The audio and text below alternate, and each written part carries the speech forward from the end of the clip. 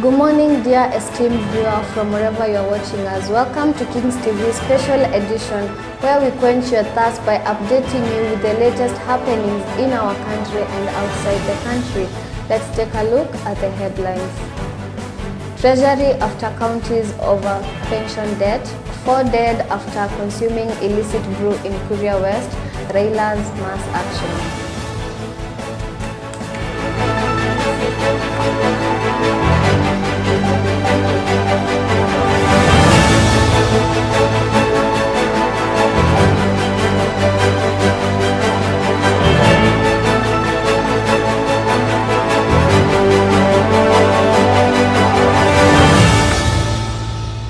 In Kenya, the Sabasaba Day is remembered as the day in when nationwide protests took place. On July 7, 1990, Kenyans took to the street to demand their rights. The day has been observed till date. What is your opinion about all these protests? Is it done in a proper manner or not?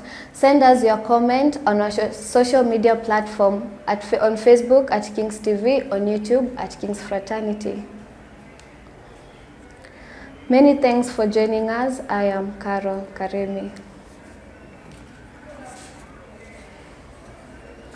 The National Treasury and Kenya Revenue Authority are planning to go after counties that have failed to settle the debts.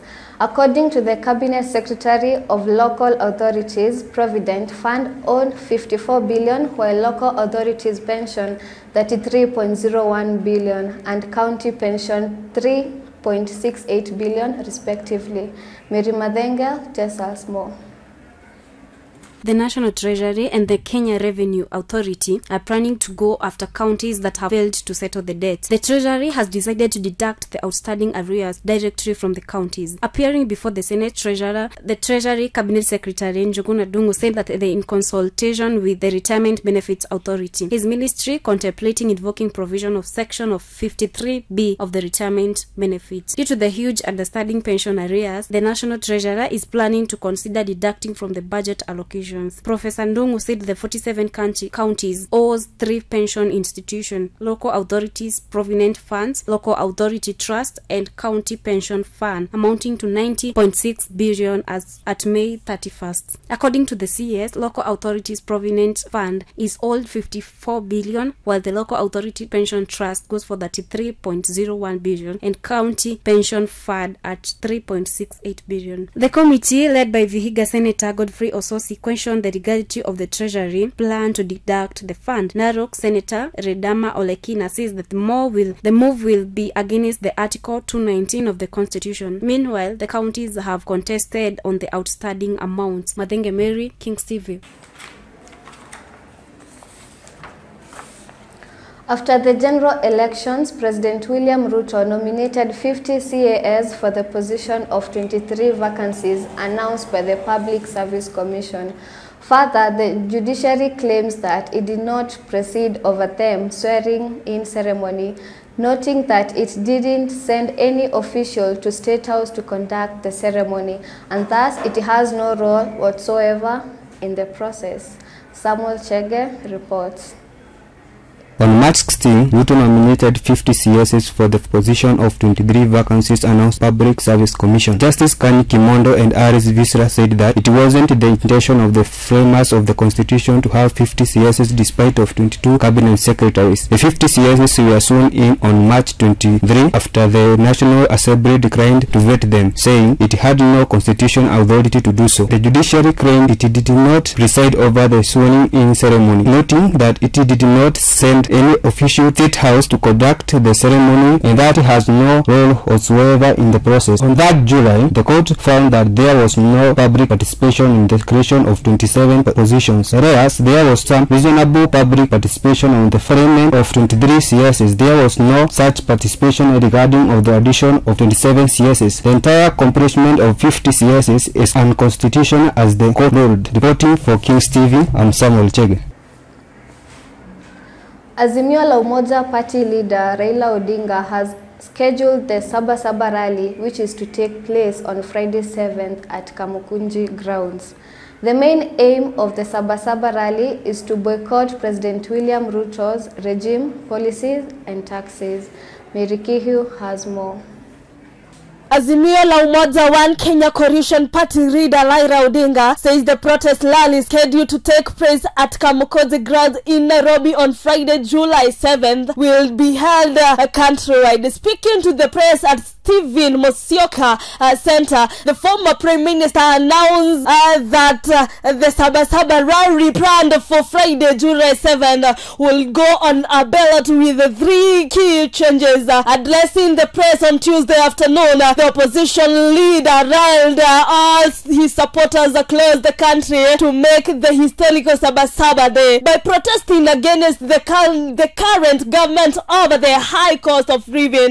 Odinga, who promised to lead a major rally at Kamukozi Grounds, said he would formalize where subsequent rallies would be held countrywide. The Azimio chief cited the increased taxes on consumable goods, fuel, and the Azimio chief cited the addressing taxes on consumable goods, fuel, and recently announced fare hike, noting that the constructive meetings would be aimed at boycotting President William Ruto regime, it is policies and taxes. He said the opposition coalition would read Kenyans in the correction of signatures to reject their demonstrations. Kindly tell us your name. Naitwa Kiga Daniel. Tuambie maoni yako kuhusu demonstration leo ya Sabasaba yenye imepangwa na Raila.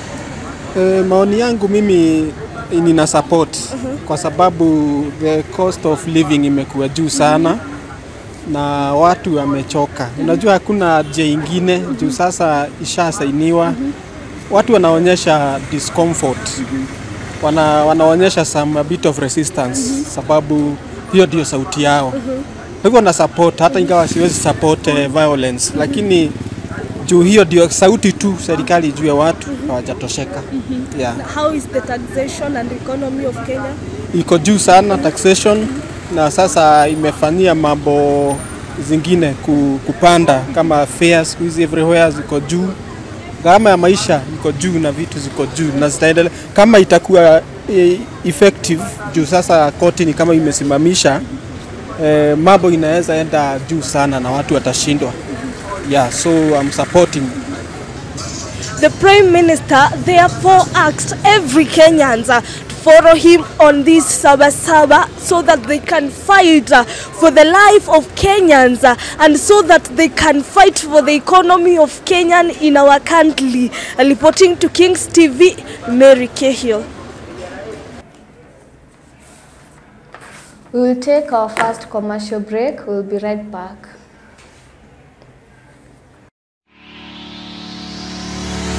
Are you looking for a technical school to make your dreams to a reality? Look no further than Petans Technical College. We have a variety of courses such as mass communication, information technology, cosmetology, hospitality, tourism, automotive engineering, fashion and design, plumbing, and many other short courses.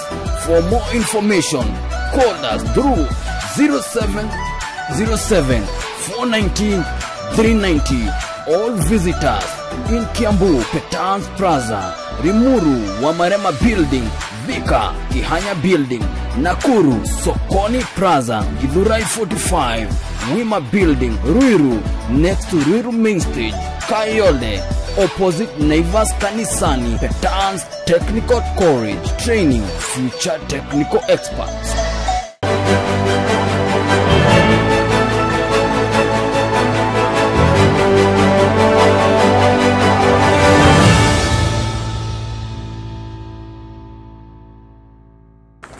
Welcome back.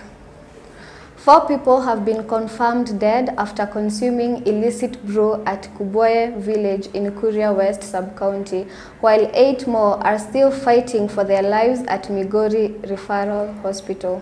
The locals from the 2 affected villages, Kubwaye and Kunguku village respectively, decried the way the police handled the fight on illicit brew.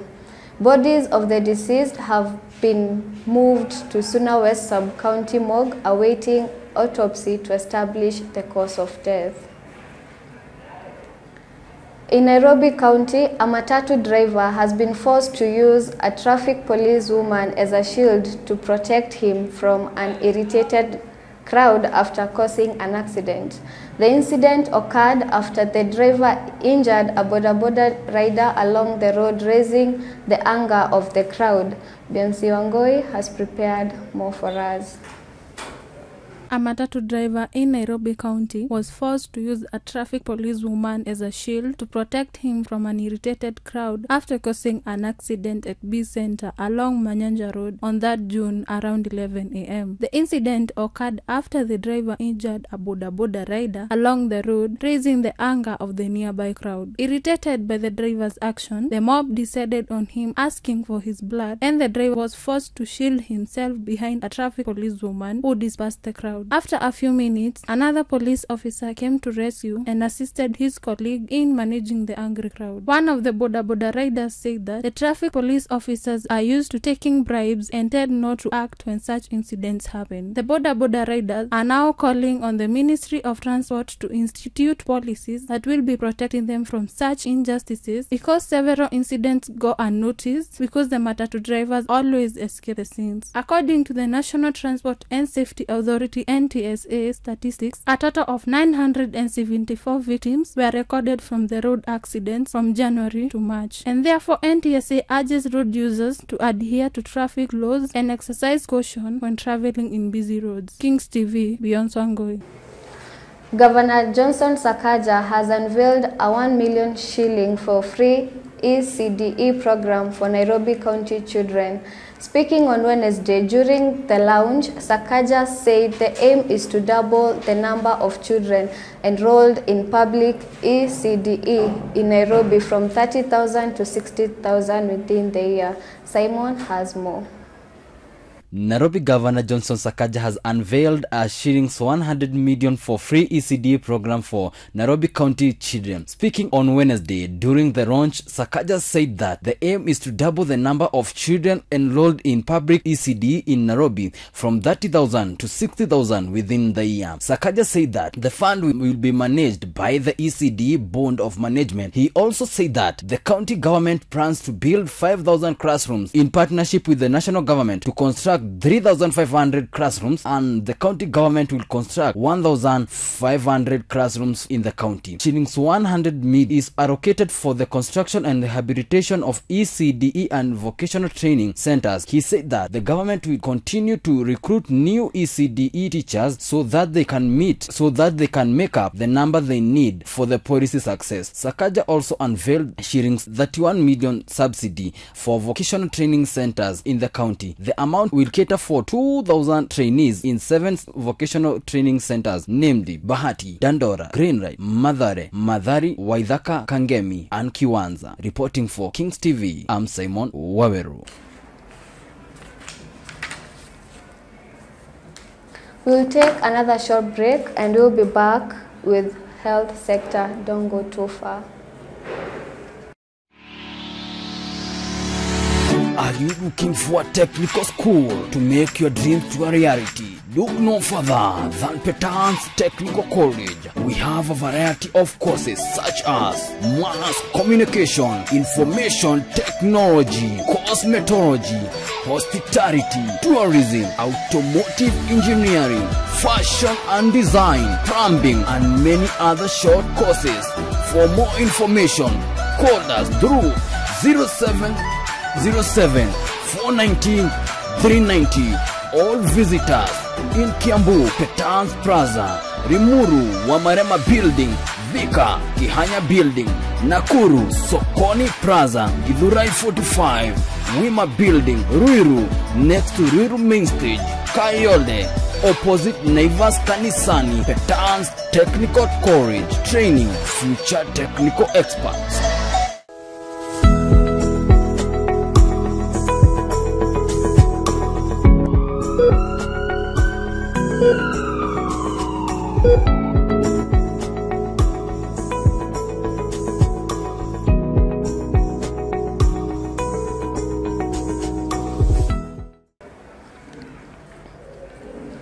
Welcome back. On our health today, we will focus with breast cancer, and Cynthia, our doctor, will take us through. Today on Ask Your Doctor, we will learn about cancer. Cancer is a well-known virus that attacks most people of all ages. But today we will focus more about breast cancer, which storms most women but also in men. But in men, it's very rare. Breast cancer has to divide 30 times before it can be felt. What is breast cancer? Breast cancer happens when cells in your breast grow and divide into an uncontrolled way, creating a mass of tissues called tumor. Early diagnosis of cancer generally increases the chances of successful treatment. Breast cancer symptoms are nipple change, bloody discharge that is on the nipples, change of the breast color, and breast or nipple pain. Cancer comes through various ways, but here are ways to diminish breast cancer risk. Do not smoke, control your weight, limit or avoid alcohol, breastfeed, or physical activity. Cancer in some methods can be treated like the surgical infection, chemotherapy, hormonal therapy, biologic therapy. These are the medications that are designed to work for a specific part of the immune system. That was all about the breast cancer. Reporting Cynthia Nyambura, Kings TV.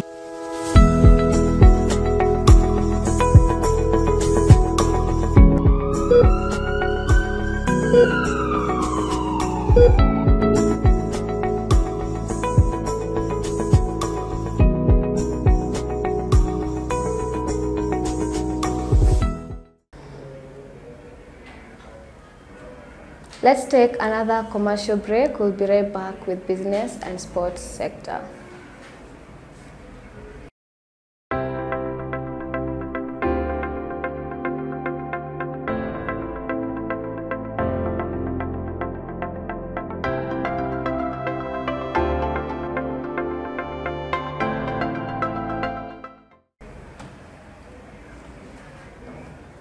Welcome. Kenyans are in wait for the fulfillment of the promises given by President William Ruto on e-Citizen that took place at the KICC about the cheap phones. Dominic Muya has more on this analysis and also how Kenya Power is being attacked. Let's take a look. Kenyans are in wait for the fulfillment of the promises given by President Ruto on the e-Citizen that happened on KICC grounds. Information Communication and Technology Cabinet Secretary Eliud Owalo said the studies are complete and points that the country has the capacity to produce cheap smartphones for its citizens. The phones will be affordable to any Kenyans regardless of their economic status. President Ruto also said that the phones would have government accessible apps that would enable Kenyans to get government services faster, hence reducing congestion in government institutions. The cost of the phones will be pegged at $40, that is equivalent to 5,516 Kenya shillings. Kenya Power condemned rising cases of staff attacks on routine surveillance of networks. This is after Kitui East MP Nimrod Mbia trapped a Kenya Power engineer after he found his home guilty of illegal electrical installation and a token meter that did not belong in Kajiado County. KPLC added that the matter is now being handled by relevant government authorities and that it will not condone violence against its staff. Kitui East MP was released on cash bail of 50,000 and the police also followed up to his home where the gun in his possession was taken to custody for wanting to misuse it. KPLC workers have also demonstrated of the attacks. On the currency board, $1 is equivalent to 140.9 Kenya shillings. 1 British pound is equivalent to 178.99 Kenya shillings. Business Report, Kings TV. I am Muya Dominic.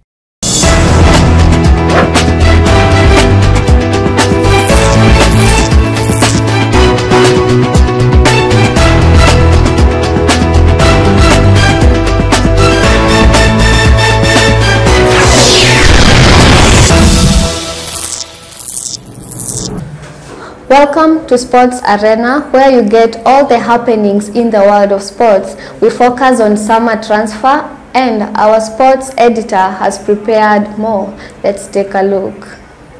CBF President Eduardo Rodriguez confirmed that Real Madrid manager Carlo Ancelotti will take over as Brazil's coach at the end of his contract, where the Italian will be Brazilians' first ever foreign coach in their history, and Ancelotti will take back the Samba Boys to their lost glory at the world stage. World champion Angel Di Maria joins Benfica as free agent, which is a one-year-old contract for the player. Manchester United have improved their bid to Inter for Andre Onana, as he is a priority to get. The club is to remain in contract with Inter, as believe 55 million could be right number to close deal, and Onana agreed the personal terms with Manchester United. New proposal now worth 50 million adds-on included. It's around 45 million plus 5 million adds-on total package. Opening bid worth 40 million plus 5 million in adds-on was turned down by Inter, as they always wanted 60 million plus. The Paris Saint-Germain have also confirmed signing of Luis Enrique as their new manager on a 2-year contract. Granit Xhaka to Bayern Leverkusen. The agreement reached in May now has been signed between the clubs. Green light arrived after Rice deal done, where Arsenal will receive 25 million fee for Xhaka. PSG President El Khelaifi again on Kylian Mbappe in a very strong statement. He said Kylian Mbappe has to decide next week or in 2 weeks. That's the limit to make his final decision. If he does not want to sign new deal, the door is open. No one is bigger than the club, no player, not even me. We had verbal agreement with Kylian, as he confirmed that. Why I am shocked and disappointed. We want Mbappe to stay, but he can't leave for free. It's very clear and simple. No chance to leave for free. Manchester United announces signing of Mason Mount for 60 million from Chelsea, who will participate in the European Conference League next season. Mount had 0 assists and chances created in the just concluded 2022-2023 Champions League season. Kings TV Sports,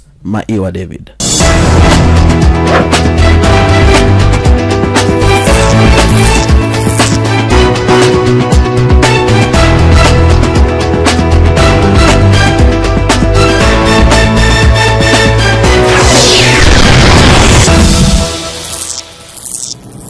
That has been Sports Arena. On our comment session for today, Mary Wanja says that all they want is their voice to be heard.